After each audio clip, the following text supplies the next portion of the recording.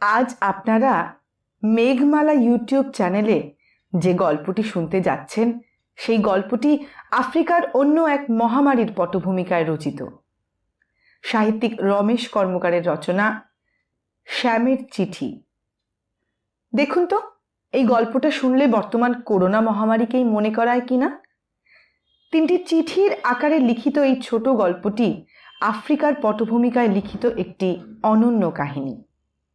সাহিত্যিক রমেশ কর্মকার আধুনিক ভারতীয় বাংলা সাহিত্যের বর্তমান প্রজন্মের এক অন্যতম মুখ, আর এই গল্পটি শুনবেন তার নিজের মুখেই।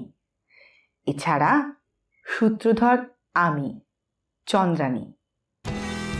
তাহলে শুরু করা যাক আজকের কাহিনী শ্যামের চিঠি।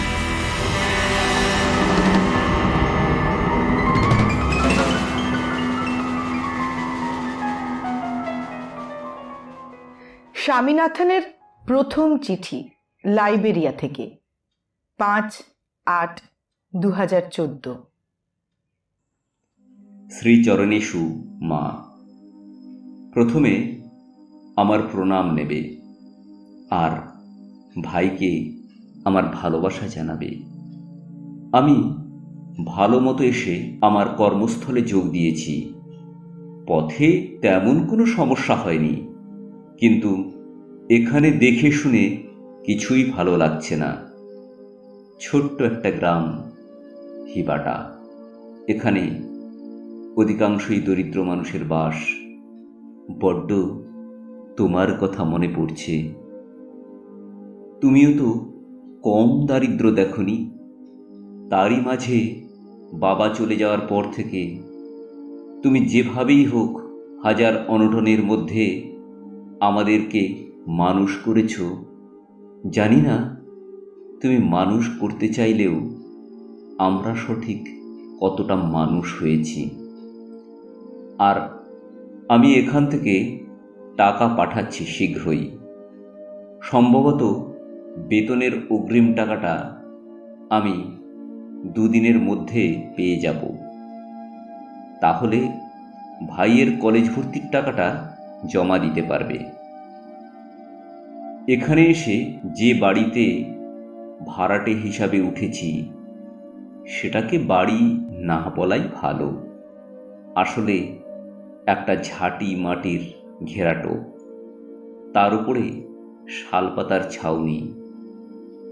সেখানে 2টি মাত্র প্রাণীর বাস, আর আমি তৃতীয়। আমি চারিদিকে ঘুরে থাকার উপযুক্ত কোনো জায়গা না পেয়ে এ বাড়িতে ভাড়া হিসাবে এসেছি। গৃহকর্ত্রী সারা আর তার ছেলে বুলুয়া।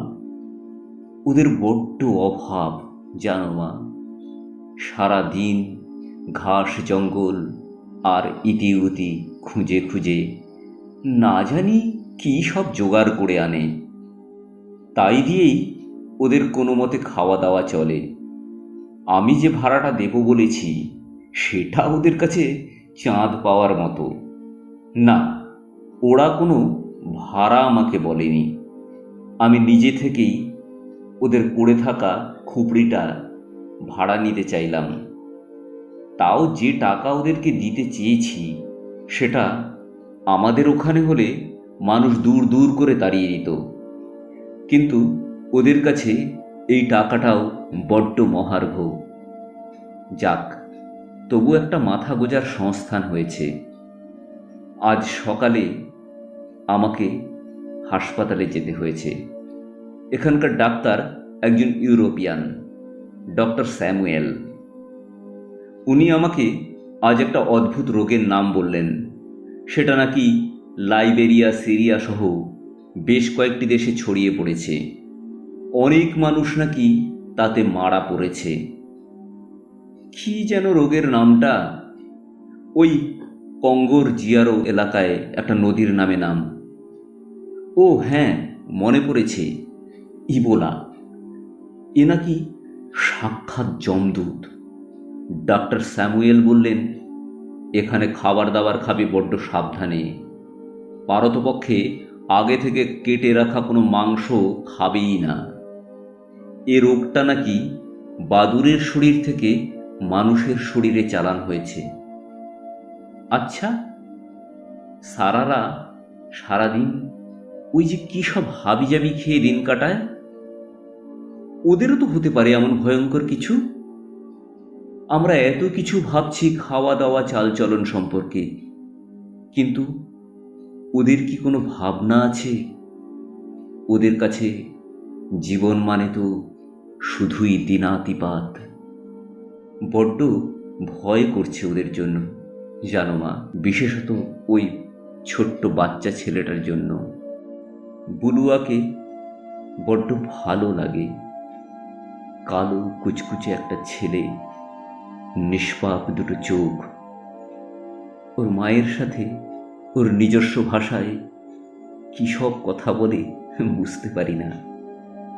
আমার সাথে বেশিরভাগ কথাই হয় আকারে ইঙ্গিতে। ওকে দেখলে আমার ছোটবেলাকার কথা বড্ড মনে পড়ে। আমরাও তো দুভাই ছিলাম, আর তুমি ছিলে, আর ছিল আমাদের অভাবের সংসার। আজ বড্ড তোমাকে মনে পড়ছে মা।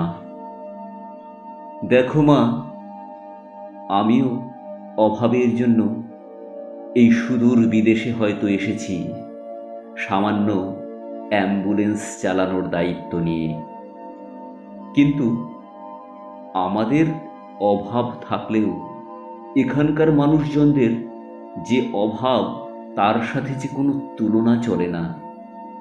আমরা দুবেলা ভরপেট ভাত না পাওয়াটাকে অভাব বলি, আর ওরা সারা দিন কিচ্ছু না পাওয়াটাকে অভাব বলে। এমনকি বাদুড়ের খেয়ে ফেলে যাওয়া সামান্য বুনো ফলটুকুও না।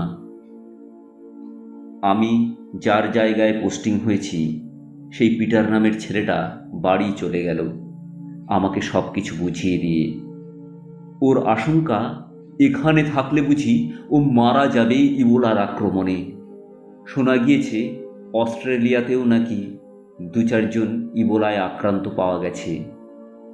ওরা সবাই আফ্রিকার বিভিন্ন দেশে থাকত। ও বলছিল এখন পর্যন্ত যত মানুষ এ রোগে আক্রান্ত হয়েছে, তাদের মধ্যে 70 থেকে 80% মানুষ নিশ্চিত মৃত্যুর খাতায় নাম লিখিয়েছে। এ রোগের কোনো ওষুধ জানা নেই মা। তাই তো পিটার পালালো। ইবোলা এক মূর্তিমান আতঙ্ক যেন। আজ সকালে আমি যখন এক টুকরো পাউরুটি আর জ্যাম খাচ্ছিলাম, হঠাৎ উঠোনে বুলুয়াকে দেখে ডেকে ওর হাতে এক টুকরো পাউরুটি দিয়েছিলাম। ওর চোখে মুখে যেন বিদ্যুৎ খেলে গেল, এত আনন্দ হলো ওর। ও এক ছুটে মার কাছে চলে গেল। সারার জীর্ণ শরীরটার আড়ালেই ও নিজেকে লুকিয়ে লুকিয়ে ওই পাউরুটির টুকরোটুকু পরম তৃপ্তিতে খেল। ছিল না বেশি, না হলে ইচ্ছে ছিল সারাকেও ডেকে এনে এক টুকরো পাউরুটি দিই। জানি না কতকাল আগে ওরা এ ধরনের খাবার খেয়েছে, অথবা কোনো দিন খেয়েছে কিনা। আচ্ছা, ডক্টর স্যামুয়েল যে বলছিলেন বাদুড়ে খাওয়া কোনো কিছু খেলে নাকি এ রোগের সম্ভাবনা থাকে, তাহলে সারারা তো সারাদিন ওইসব খেয়েই বেঁচে থাকে, অথবা না খেয়ে। তবে ওদের কি হবে? শুনেছি ইবোলার এবারের মহামারীকে গোটা বিশ্বে কয়েক দশকের মধ্যে স্বাস্থ্য খাতে সবচেয়ে বড় চ্যালেঞ্জ হিসাবে চিহ্নিত করেছে WHO। কিন্তু এই গরিব মানুষদের কি হবে? তবে সরকার নাকি এ রোগ নিয়ে মাথা ঘামানোর চেয়ে এ রোগের ফলে অর্থনীতিতে তাদের কি প্রভাব পড়ছে তা নিয়েই বেশি ব্যস্ত। যাদের অর্থ নেই তাদের কিসের অর্থনীতি? যাক, এবার আসি অন্য কথায়। নতুন দেশে এসেছি বলে আমি শুধু এতক্ষণ আমার কথাই বলে গেলাম। তুমি আর ভাই কেমন আছো মা? ভাইটা বড্ড সেন্টিমেন্টাল। তুমি ওকে বেশি বকাঝকা করো না। তাছাড়া ও তো এখন বড় হয়েছে, কলেজে যাবে। আমি যথাসাধ্য চেষ্টা করব যাতে ও খুব ভালো মতো পড়াশোনা শেষ করতে পারে। ওকে যেন আমার মতো সামান্য ড্রাইভার হয়ে দেশান্তরী হতে না হয়। আর হ্যাঁ, তোমার দেওয়া আচার আর সামান্য খাবারগুলো এখনো বেশ খানিকটা আছে। ওই খাবারগুলোর মধ্যে আমি তোমার হাতের স্বাদ পাই মা। এখানকার খাবার একদম মুখে রোচে না। যাক, আর বেশি কিছু লিখলাম না, আপাতত এখানেই শেষ করছি। ভালো থেকো। ইতি, তোমার আদরের শ্যাম।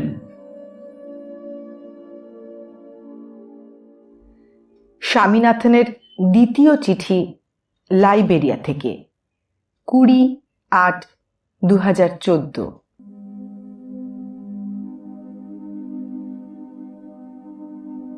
শ্রীচরণেষু মা, প্রথমে আমার প্রণাম নেবে, আর ভাইকে আমার ভালোবাসা জানাবে। তোমার চিঠিটা পেয়ে খুব ভালো লাগলো। জানলাম ভাই কলেজে ভর্তি হয়েছে, কিন্তু ওর সাবজেক্ট কম্বিনেশনটা তুমি লেখনি। ওকে বলো পরের চিঠিতে যেন ও নিজে ওর সাবজেক্ট কম্বিনেশনটা আমাকে লিখে পাঠায়। আমার তো বিদ্যে ওই 12 ক্লাস মাত্র, কিন্তু ও কলেজে যাবে ভাবতেই আমার কেমন একটা শিহরণ হচ্ছে। যাক, বাবার স্বপ্নটা হয়তো সার্থক করবে। আর তুমি অকারণে আমার স্বাস্থ্য নিয়ে বিব্রত হইও না। আমি ভালোই আছি, আর তুমি তোমার শরীরের অযত্ন করো না। কেন জানি না, এখানে আসার পর থেকেই ভীষণভাবে সবার শারীরিক পরিস্থিতির ব্যাপারগুলো আমাকে ভাবাচ্ছে। আসলে হয়তো এই ছোট্ট ডাক্তারখানা আর অসংখ্য রোগীর মাঝখানে থেকে এই ভাবনাগুলোই বারবার এসে যাচ্ছে। এখানে প্রায় 40-50 কিলোমিটারের মধ্যে এই একটাই হাসপাতাল। ডক্টর স্যামুয়েল ভীষণ ভালো লোক। সারাদিন অক্লান্তভাবে রোগী দেখে যান, কিন্তু তিনিও যে বেশ আশঙ্কিত সেটা ওনার কথাতেই বোঝা যায়। তবে উনি কিছু আশার কথাও শোনালেন।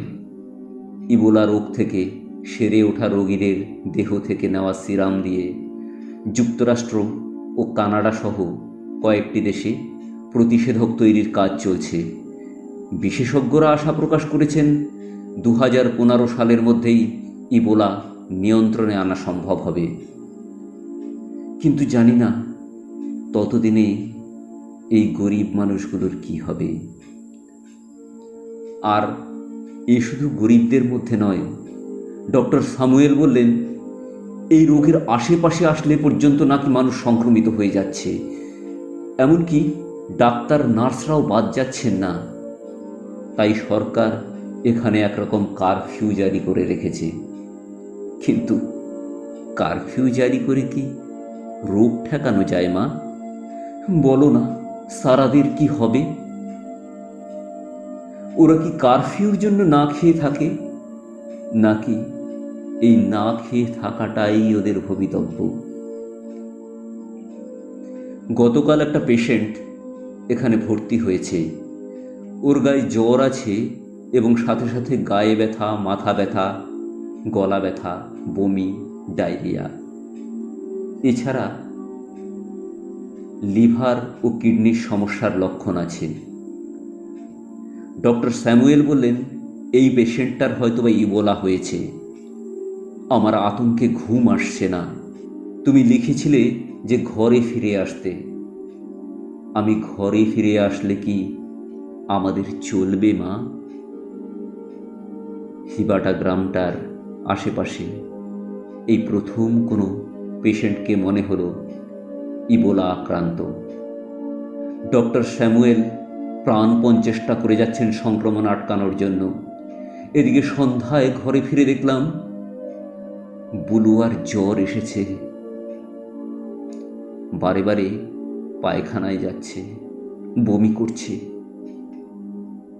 পেটে তো কিচ্ছু নেই ছেলেটার, জানি না কি পেট থেকে উঠে আসছে। সকাল হলে ওকে নিয়ে হাসপাতালে চলে যাব। যাক, আর বেশি কিছু লিখলাম না, আপাতত এখানেই শেষ করছি। ভালো থেকো ইতি, তোমার আদরের শ্যাম।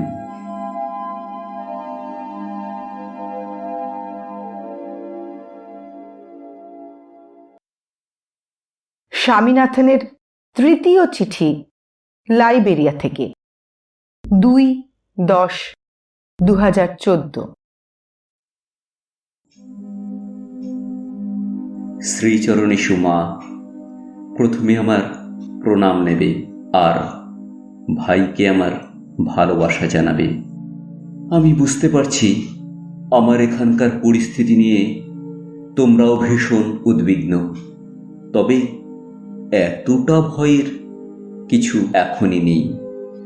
যদিও যে রোগীটা ইবোলার লক্ষণ নিয়ে ভর্তি হয়েছিল, ডক্টর স্যামুয়েল বলছিলেন ওর ইভিডি পজিটিভ।